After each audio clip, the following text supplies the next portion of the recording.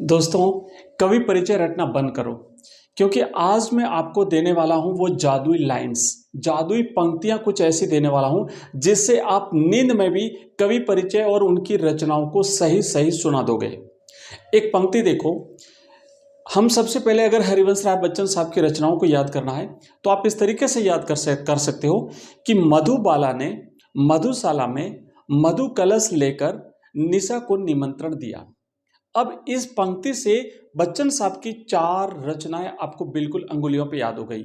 मधुबाला ने मधुशाला में, तो मधुबाला मधुशाला ने क्या करके मधु कलश लेकर के, तो मधु कलश ने निशा को निमंत्रण दिया, तो निशा निमंत्रण। उसके अलावा भी और बहुत सारी रचनाएं हैं इनकी, लेकिन कम से कम 4-5 रचनाएं अगर आप याद कर लेते हो और ये रचनाएं जैसे ही एग्जामिनर देखेगा, उसे पढ़ेगा, तो आपको पूरे 4 में से 4 नंबर दे देगा। क्योंकि हिंदी कंपलसरी में जो कवि परिचय और लेखक परिचय आता है वो पूरे 4 नंबर का आता है। अब इस कवि परिचय में लिखना क्या क्या है ताकि हमें पूरे 4 नंबर मिले, तो आपको सबसे पहले तो कवि का व्यक्तिगत परिचय लिखना है। व्यक्तिगत परिचय में उनका जन्म, उनकी मृत्यु और उनके माता पिता, उनकी शिक्षा, ये उनका व्यक्तिगत परिचय आएगा। उसके बाद में फिर उनका साहित्यिक परिचय आता है, तो साहित्यिक परिचय में इनकी रचनाओं के नाम, कम से कम 4 से 5 रचनाएं आपको याद रखनी है। और बिल्कुल मैं आपको ट्रिक बता दूंगा, उस ट्रिक से आपको बिल्कुल आसानी से वो सारी रचनाएं याद हो जाएगी, आप कभी नहीं भूलोगे। और तीसरी चीज होती है जो हमें उस कवि को जो भी पुरस्कार मिले हुए हैं, जैसे कि मान लो हरिवंश राय बच्चन साहब को अपन याद करें तो इनको साहित्य अकादमी पुरस्कार मिला। अगर हमें महादेवी वर्मा का याद करना है तो उन्हें ज्ञानपीठ पुरस्कार मिला। तो ऐसे जिन जिन कवियों, जिन जिन लेखकों को पुरस्कार मिले हैं वो पुरस्कार भी आपको लिखने हैं। और इस तरीके से अगर आप लिखते हो तो आपको पूरे 4 में से 4 नंबर मिलेंगे, विद गारंटी मैं आपको कहता हूं। और इसी तरीके की हम और 4-5 कवियों की जो है वो ट्रिक के साथ हम याद करने वाले हैं। ये हमारा पहला राउंड रहेगा। और सेकंड राउंड में हम बाकी जो बचे हुए कवि और जो लेखक परिचय है महत्वपूर्ण, क्योंकि हम महत्वपूर्ण करेंगे, सारे नहीं करेंगे, और उसमें से आपको 100% परीक्षा में मिल जाएगा, तो वो हम करने वाले हैं। अगर हम पिछले सालों के 2024-2025 के प्रश्न पत्र और 2026 का अगर मॉडल पेपर देखें तो सबसे ज्यादा जो पूछे गए हैं उसमें एक तो रेणु जी का पूछा जाता है, ठीक है, उसके बाद तुलसीदास जी का भी पूछा गया है, महादेवी जी का पूछा गया है। तो ये 3-4 जो महत्वपूर्ण बार बार रिपीट होते हैं, लेकिन हम इस साल के लिए जो इंपॉर्टेंट है उसको भी करने वाले हैं। तो देखो, सबसे पहले अगर हम बात करते हैं, सबसे पहले अगर हम देखते हैं तो हम हरिवंश राय बच्चन साहब का याद करेंगे। तो बच्चन साहब का जो कवि परिचय आपको याद करना है, उसकी ट्रिक जो मैंने आपको अभी बताई है, उस ट्रिक से हम इनका पूरा परिचय याद करते हैं। और लिखना कैसे मैं आपको बताता हूं। देखो भाई, लिखना कैसे है, पहले तो ट्रिक क्या है जो मैंने आपको अभी बताई थी, याद कर लीजिए। इस ट्रिक से बिल्कुल सारी रचनाएं आपको याद हो जाएगी। मधुशाला में मधुबाला ने मधु कलश लेकर निशा को निमंत्रण दिया।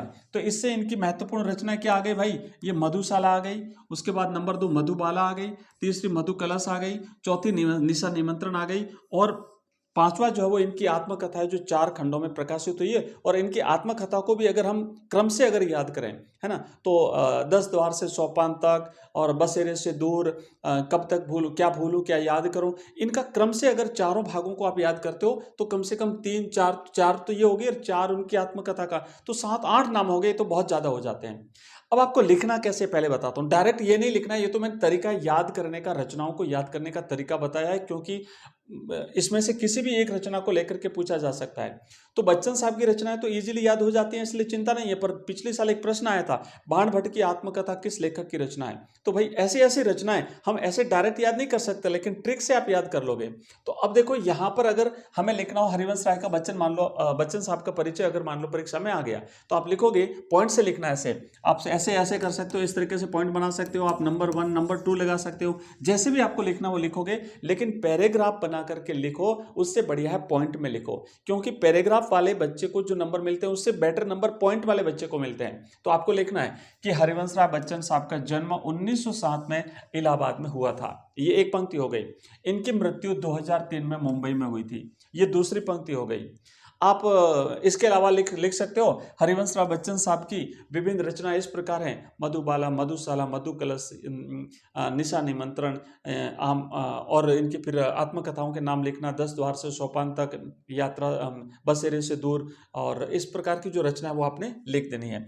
फिर इसके बाद इनके साहित्यिक जो विशेषता है उसमें लिखना कि भाई हिंदी साहित्य में हालावाद के प्रवर्तक माने जाते हैं। फिर अगला पॉइंट लिखना, इनकी भाषा सरल खड़ी बोली है। फिर इनका लिखना, इनकी शैली जो है वो गेय शैली है और आत्मकथात्मक शैली है। इनको जो है वो पुरस्कार मिला था, साहित्य अकादमी पुरस्कार इनको मिला था। तो इतना अगर लिख दिया ना तो आप समझो कि आपका पूरा 4 में से 4 नंबर आपके हैं। ये आपकी विद गारंटी, बस इतना सा याद कर लो बच्चन साहब का। चलो दूसरा आगे बढ़ते हैं, एक और हम कवि या लेखक का परिचय याद करते हैं और नंबर 2 पे हम करेंगे गोस्वामी तुलसीदास जी। परीक्षा के लिए जो मोस्ट है वही करा रहा हूं और जो करा रहा हूं वही परीक्षा में आने वाला है, क्योंकि 2 परीक्षाओं में आपने पिछले 2 पेपर्स में ये प्रूफ आपने देख लिया है। भाई सबसे पहले लिखेंगे हम गोस्वामी तुलसीदास जी का जन्म 1532 ईस्वी बांदा उत्तर प्रदेश में हुआ था। इनकी मृत्यु 1623 ईस्वी में काशी में हुई थी। अगर हम इनकी रचनाओं को याद करें तो एक ट्रिक याद करना, ये ट्रिक परीक्षा में लिखनी नहीं है, लिखोगे तो एग्जामिनर हंसेगा, लिखनी नहीं है, ये केवल आपको याद करनी है। इतनी सिंपल ट्रिक है भाई तुलसीदास जी की, और ये बिल्कुल इनके कार्य क्षेत्र से रिलेटेड है। तो आपको एक याद ये भी रहेगा कि इनका विषय वस्तु क्या है, वो भी एक पंक्ति और बनेगी आपकी। भाई देखो तुलसीदास जी क्या करते हैं, राम जी को अपना आराध्य मानते हैं और राम भक्ति शाखा के प्रतिनिधि कवि माने जाते हैं। तो इनके आराध्य को ही हम लेंगे, वहीं से शुरुआत करेंगे। तो राम जी ने और राम जी की पत्नी भाई जानकी जी मैंने सीता जी, तो राम और जानकी ने 2 गीत गाकर, कितने गीत गाकर, 2 गीत गाकर कविता पढ़ी। अच्छा भाई, राम जी ने सीता जी को कहा सीता जी आइए ना अपन 2 गीत गाते हैं, पहले हम गीत गाएंगे फिर हम कविता पढ़ेंगे। तो सीता जी ने कहा ठीक है फिर चलो। तो राम जी और जानकी जी ने पहले 2 गीत गाए और उसके बाद फिर क्या पढ़ा भाई, कविता पढ़ी। अब याद करो कैसे, राम से हो गया रामचरितमानस, हो गया, जानकी से हो गया जानकी मंगल, दो से हो गया भाई दोहावली, गीत से हो गया गीतावली, गा करके कविता पढ़ी, कविता से हो गया कवितावली। हो गई ना इनकी रचना याद, रामचरितमानस, जानकी मंगल, दोहावली, गीतावली, कवितावली, हो गई रचना याद। अब इसके बाद क्या करना है, इसके बाद हम चलेंगे इनकी विशेषताओं में। सबसे पहले तो कि भक्ति काल की राम भक्ति शाखा के प्रतिनिधि कवि माने जाते हैं और इनकी भाषा, इन्होंने ब्रज और अवधी दोनों भाषाओं में समान रूप से जो है वो रचनाएं लिखी हैं। और तीसरा, ये शांत और भक्ति रस के प्रधान कवि माने जाते हैं। बस इतना लिख दिया आपने तुलसीदास जी का, तो 4 में से 4 नंबर आपकी मुट्ठी में है भाई। 4 में से 4 नंबर, एक भी नंबर नहीं कटेगा। इतना तो बच्चे लिखते ही नहीं है, कॉपी चेक करते ना हम, इतना तो बच्चे लिखते नहीं है। आप लिख दोगे, बेस्ट से बेस्ट तरीका बता रहा हूं आपको। आगे बढ़ते हैं नेक्स्ट, लेकिन आगे बढ़ने से पहले एक निवेदन, वीडियो को लाइक कर दीजिए। अगर आपको पसंद आ रहा है ना, आते ही वीडियो को लाइक कर दिया करो। जितना ज्यादा लाइक करोगे उतनी ज्यादा क्लासें आएगी। दबा के लाइक कर दो, हाइप कर दो वीडियो को, हाइप, एक हाइप का ऑप्शन आता है, दबा के वीडियो को हाइप करो। आप जितना वीडियो को लाइक करोगे, हाइप करोगे, उतनी ही ज्यादा क्लासें आपको मिलने वाली हैं। आगे बढ़ते हैं, और नेक्स्ट जो हम तैयार करने वाले हैं वो तो और भी ज्यादा इंपॉर्टेंट है भाई, और भी ज्यादा इंपॉर्टेंट है। महादेवी वर्मा 100% परीक्षा में आने की पूरी संभावना है, याद रख लेना भाई। इनका जन्म भी हुआ था 1907 में, कहां हुआ था, फर्रुखाबाद में। तो 1907 में और किसका जन्म हुआ था, याद करो, अभी जस्ट हमने पढ़ा है भाई, हरिवंश राय बच्चन साहब का जन्म भी हुआ था 1907 में। उनका ना भाई इनका बच्चन साहब का और महादेवी वर्मा का जन्म भी हुआ था 1907 में। इनका जन्म हुआ था फर्रुखाबाद में। इनकी मृत्यु कब हुई थी भाई, 1987 में इलाहाबाद में इनकी मृत्यु हुई थी। जबकि 2003 में बच्चन साहब की मृत्यु 2003 में हुई थी, इनकी 1987 में हुई थी। कहाँ हुई थी, इलाहाबाद में। इलाहाबाद को ही हम प्रयागराज कहते हैं अभी, जिसका नाम पहले प्रयाग कहते थे, बाद में इलाहाबाद हो गया, अब प्रयागराज हो गया। तो प्रयागराज आप लिख सकते हो। अब सुनो ट्रिक, इनकी रचनाओं की ट्रिक तो और भी ज्यादा शानदार है, और भी ज्यादा जो है आपको इंटरेस्टिंग है। यामा ने दीपशिखा से कहा अतीत के चलचित्र और निर्जा को देखो। भाई किसके चलचित्र, अतीत के चलचित्र और निर्जा को देखो। तो इनकी रचना क्या है, महादेवी वर्मा की रचना भाई यामा, जिस पर इन्हें ज्ञानपीठ पुरस्कार मिला था। लिखना ऐसे है, महादेवी वर्मा का जन्म 1907 में फर्रुखाबाद में हुआ, इनका निधन 1987 में जो है वो प्रयागराज में, इलाहाबाद में हुआ था। इनकी महत्वपूर्ण रचनाएं इस प्रकार हैं। ठीक, अगर आपको याद है कि यामा ने दीपशिखा से कहा अतीत के चलचित्रों को देखो, और अतीत के चलचित्र के साथ साथ निर्जा को देखो। तो यामा ने दीपशिखा से कहा अतीत के चलचित्र और निर्जा को देखो। यामा से हो गई इनकी रचना यामा, जिस पर महादेवी वर्मा को मिला है ज्ञानपीठ पुरस्कार। दीपशिखा से कहा तो दूसरी रचना हो गई इनकी दीपशिखा से कहा। अतीत के चलचित्र इनकी तीसरी रचना हो गई। और फिर देखा निर्जा, तो निर्जा इनकी रचना हो गई। और एक स्मृति की रेखा है तो इनकी सर्वप्रसिद्ध रचना है, ये तो आपको वैसे ही याद रह जाएगी।